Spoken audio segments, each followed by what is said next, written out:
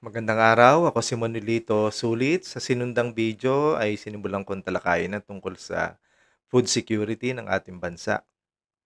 Ngayon naman ay mapalad nating makakapanayam si Ginoong Ruel Manalo ng Barangay Balanga, Ibaan, Batangas. Siya ay isang 49-year-old na natural hog raiser. So gumagamit siya ng natural na pamaraan at ito yung binibigyan natin ng diin doon sa sinundan nating video na bilang pagsasaalang-alang sa kalusugan ng ating mga mamamayan. Magandang araw sa iyo, Ruel. Magandang araw sa mga subscriber ng Haring Araw, Tiki Sir Manny. Magandang araw po sa inyo lahat. Anong reaksyon mo doon sa sinundang video nito? Tungkol sa food security. Sir, dun sa video ko napanood, sobra kasing lawak ng paksa tungkol sa food security. Kaya isa dun sa share ko dito na aming ginagawa base dun sa mga tanong, siguro maririnig nyo mamaya kung anong masasabi ko. Sige. Okay. So, ano ang naiba sa pamamaraan mo ng pag-aalaga ng baboy? Sir, ang kaibahan sa amin, natural farming kami. Ibig sabihin, yung mga natural na pamamaraan ang aming ginagawa. Tulad ng paggagamot sa aming mga baboy. For example, yung mga ingredients namin ay nasa bakuran lang namin. Nagtatanim kami. Yung iba, binibili rin namin sa mga katulad din naming farmers. Kagaya ng mga bawang at saka yung luyan dilaw. Ito yung nagsisilbing natural antibiotic namin sa mga baboy. Yun po yung kaibahan ng aming ginagawa. Bakit ito ang pinili mong pamamaraan?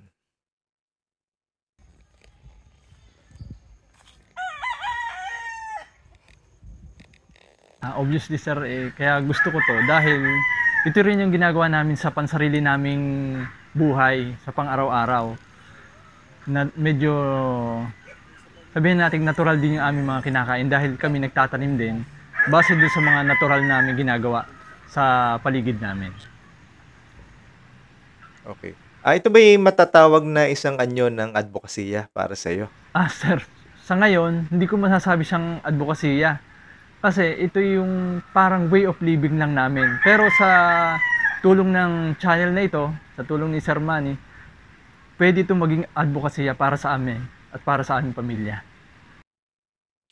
Okay. At sa palagay mo naman, bakit magandang gawing advokasya ito? Magandang maging advokasya ito dahil ito yung magiging future ng mga magsasaka, lalo na dito sa ating bayan. Kasi kukunti lang yung gumagawa nito, hindi conventional. Mahirap para sa iba pero napakasimple lamang nito kung ating pag-aaralan at ating aalamin. Marami bang obvious na advantages kaysa sa mainstream na pamamaraan? Bali, ang obvious lang dito ay siguro yung pinakamalaking gastos ng magsasaka. Yun ang aming tinututukan din mag-asawa dahil yung gastos namin sa mga gamot sa baboy, less na dahil ang ginagamit ko kasi yung mga tanim na namin. O kaya bumibili ako sa ibang mga magsasaka na banggit ko kanina, yun ang ginagamit namin na sangkap para makagawa ng mga gamot na natural antibiotic para sa ating mga alaga. Okay. Batay sa may isang dekada mo ng karanasan sa pagbababoy at base na rin sa iyong mga pag-aaral, ano ang karaniwang sanhi ng ASF mga nakakahawang sakit ng baboy dito sa bansa? Bali sir, Sir Manny, so ang sakit na ASF, sa totoo lang, base sa 10 years naming pagbababoy, ngayon lang dumating sa ating bayan ang ASF. Dito sa Ibaan. Kung meron man dumating, hindi natin alam kung dumating nga siya o hindi. Pero wala namang kine-claim. Kahit sa ibang bayan, hindi po pwede mag-claim. Pero sa tingin ko, bigla na lang siya dumating, bigla rin siyang umalis. Biglang nawala.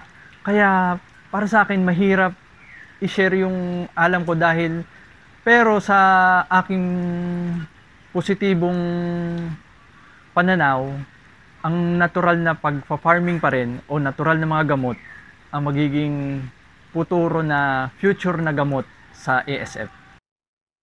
Pero Hindi yata nadamay yung mga baboy mo ano? Wala yatang namatay dun sa mga baboy mo? Nung sabi nagkaroon daw ng ASF. Siguro sir siyempre sa paligid namin, sa aming ginagalawan, maaari kong masabi na nadamay siya dahil siyempre sa takot, ibinenta na namin yung aming mga alaga. Oo. Kaysa siya ay mahawa o kung ano man mangyari na hindi namin mapakinabangan.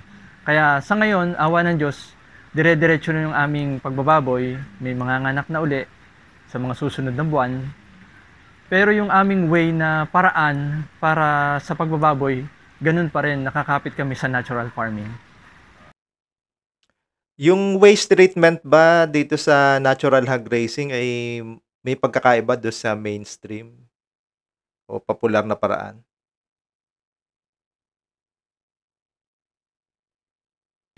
Malaki po yung pagkakaiba kasi po yung natural na pamamaraan napakasimple lang kasi hindi namin ini-stress yung aming mga alaga. Nakabatay lang kami doon sa aming mga gamot kumpara doon sa mga mamahaling mga bakuna, mamahaling antibiotic na hindi naman po ako against sa mga gumagawa ng mga ganung way. Kaso para lang sa amin na experience, mas maganda pa rin yung natural farming kasi yung may i-offer namin sa tao ay mga sabihin nating safe dahil hindi nang kinakain namin. Ay yung may kinalaman sa dumi o sa waste nung baboy? Yung waste. Siguro yung kanyang pinsala sa kalikasan mas lessen kasi yung amoy naleles siya bago yung dumi niya kuha na siya nako-convert sa mga pataba. O tsaka kakaunti yung gamot na Po kasi po natural po siya. okey. So, kung may dapat baguhin sa pagbababoy dito sa ating bansa, ano sa palagay mo yun?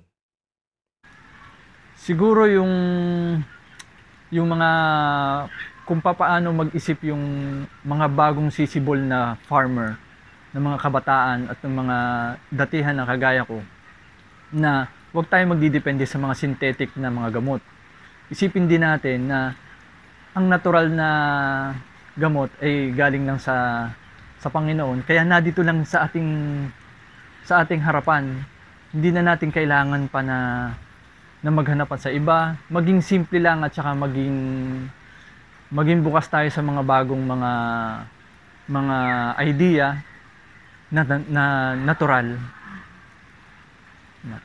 Okay. Maraming salamat, Roel, sa iyong oras na ibinigay sa channel na ito.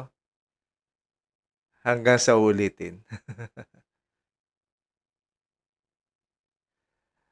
Okay, so yan po si Roel Manalo ng Barangay Balanga, Ibaan, Batangas. Maraming salamat po sa inyong panonood. Ako po si Manolito Sulit at muli, ito ang Haring Araw.